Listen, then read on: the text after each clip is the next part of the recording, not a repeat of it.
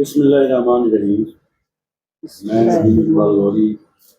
कुछ वक्त पहले मेरा फेसबुक ते यूट्यूब चैनल मिथुन न्यूज़ कुछ दिन पहले साढ़े चिनाब कलोनी के इलाका मिथुन के एक घर में अग लगी आई। उस तो बाद जो मामला होए मलक बशीर मिमराज साहब सारे को मौजूद है, सामने दसे सन कि किवें अग लगी है, के होया, तुस कित्थे आवे, के मामला ये जरा सानू दसो मलक साहब जी। असा दिगरे ले आए जनाब घर, उतू गेरे बाद अस जनाब चले गए अपना चकलार दे जनाब। राती सुते हैं उत्थे गेरे, सुबह का टाइम होया तो सुबह का टाइम मौलवी साहब ने आखा है भाई तुहाडे कमरे नूं घर नूं अग लगी खड़ोती है। असा जनाब उतू गेरे बजे इत्थे गेरे आए वन फाई ते जनाब कॉल की से पहले वन फाई ते कॉल की पुलिस वाले आ गए। असा मुल्क पै गए पानी शानी सट्टन सुट्टन ते कुरान पा के भी आई अंदर। अल्लाह ने ऐसी मेहरबानी की पुलिस वाले जनाब की तरफों मैं दिखा तो उन्हें डिठा है। मैं उन्हें आख्या जल्दी जल्दी कुरान पाक मेरा जनाब नौ का समान है, मेरा घर का मेरे पुत्र का समान है पिया, सारा कुली का कख नहीं रह गया।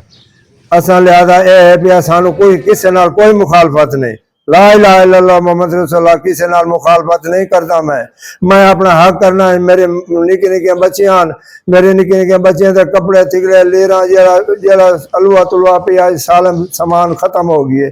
जनाब गड्डी आई है वह आते तो उसने आते मिसवाए।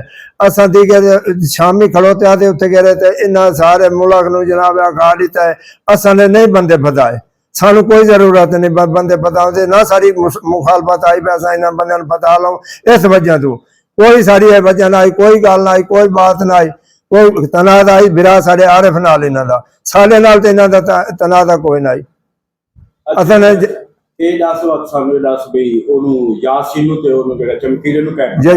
चमकीले जनाब सा पानी सड़ते खड़ोते थे, सानू कोई इल्म नहीं, किसी ने पता है क्या पता है क्या नहीं बताया। मन दसे जे मैं बताया पुलिस ने आई है जनाब ले इले रोक इले पानी सानी गड्डी वड्डी आई है, उन्होंने पानी सट्टा है। पानी सट्टे अग मिसमाई ने मिसमा के पेटियां के अग ला गई, बिस्तरे के हर चीज मौके पर पई है, हाली तिकर मौके पर पई है, खत्म हो गई।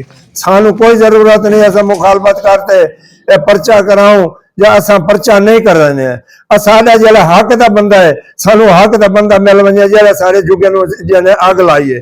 मैं और कोई मेरे हाथ हुक्म हो तो मैं दसो नहीं मैंने दस उसके बाद जेले तोरू पुलिस आई है जा वो उन्होंने ना फट लिया जा ते तेनु फट ले गई जा तो बाद तोड़ी तमाम तो ये के होया और बाद पुलिस वाले हैं जनाब मौके ते मैंने जनाब ने मैंने फट लिया ने और मैं खड़ोते ना कही थे यासीन और करते मैंने नहीं आखा, मैंने कोई जरूरत नहीं आखन दी, मैं क्यों मुखालफत, मैं अपना जुगा तबाह करते मैंने कितना नफे का जवाब है मैं आपके जुगे आग लावा।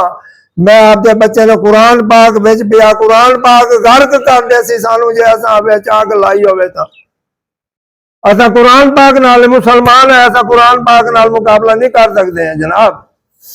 अच्छा वो की वजह के हुन जेड़े लोग हैं पे आदर भी ए ना आप आग लाई जेड़े आते हैं उन्होंने कुरान पाक वो विचला पिटे सी असा और कोई सारे हुक्म है असा इस चीज का कुरान चाहते देने हल्फ चाहते देने है। कुरान पाक की किताब है जे असा अपने घर नूं आपने आग लाई होवे कुरान पाक सानू घर के करने सी। मेरा एक पुत्र है एक मेरा पोतरा है, असा जी घर दे आए बैठे कुरान चाही बैठे जी असा जनाब आपके घर नूं आग कुरान उन्होंने पिटिया सी चाहे साढ़े नाल मतलब इन्होंने घर नूं आप आग ला दी है। त्रा कमरे वेले पाया घर समान आई जिते गया समान मेरी नूह का बंद पी आई उसे अग ला दी ने जनाब उन्हें कुरान पाक पी आई। सानू ये तो पता है भी असा कुरान पाक बिच पी है अग लाए तो 24 घंटे घर से रहने वाले बंदे हैं। मेरा यासीन नाल कोई तनादा कोई नहीं, आरे बोरा नाल उन्हां दा तनादा मेरे नाल कोई तनादा कोई नहीं। मैं उन्हें नाल नहीं आता पे मेरा यासीन चोर है। हुकूमत पुलिस है करे मेरे झुके जेड़े बंदे ने आग लाई है वो तो मैंने झुका लाया तो दे दे मेहरबानी हो सी जनाब। कोई पता नहीं हाले असा गोल असा नजात कुरान नजात बंदा मैं ना पता असा भावे उनका मेरा इतना मुखालिफ जो नहीं हो सी मैंने पता था मेरा वो मुखालिफ चले मेरा बच्चे दे मेरे नौ का सामान अग लाइए मैं उस बंदे को बताऊंगा बाकी वाले बंदे मेरा गाटे ला सकते मैं उस बंदे की मुखालफत नहीं करना मैं बेगैरत बंदा नहीं हाँ ना मैं ये काम करता। बहुत शुक्रिया। ये हम बशीर निमराज साहब ਜਿਹੜੇ ਦੱਸੇ ਦੇ ਪੈਰ के ना तो साढ़े को ऐसे शवायदे के यासीन वगैरह अग लाइए ना सानू कोई पता है। ये अगर मामला है कि जो अग लगी है अस मौके पर पहुंचे हैं अग बुझाई गई है उस दौरान जो कि लोग कट्ठे आन क्या पूछे लोगों को भी इन्हों की मुखालफत कहने नाल उन्हें आखे जी इन्हों मुखालफत जी यासीन नाल चलती पई है इन्हों के बकौल के पुलिस जी है आप दे तौर पर इंसदादी कार्रवाई वास्ते मैनू गिरफ्तार करके लै गई है यासीन वगैरह को गिरफ्तार करके लै गई है ताकि जो है ना एक मजीद मामला खराब ना हो। इन्हों का मौकफ ही है कि फौरी तौर पर जो ना पुलिस जो कार्रवाई करे तो फौरी तौर पर जो असल मुलजम है ना वो खिलाफ कार्रवाई की बने तो जो सारा नुकसान होया है जो सारा समान अग दे सड़ा है उसका सारा अजाला कराया जाए। शुक्रिया।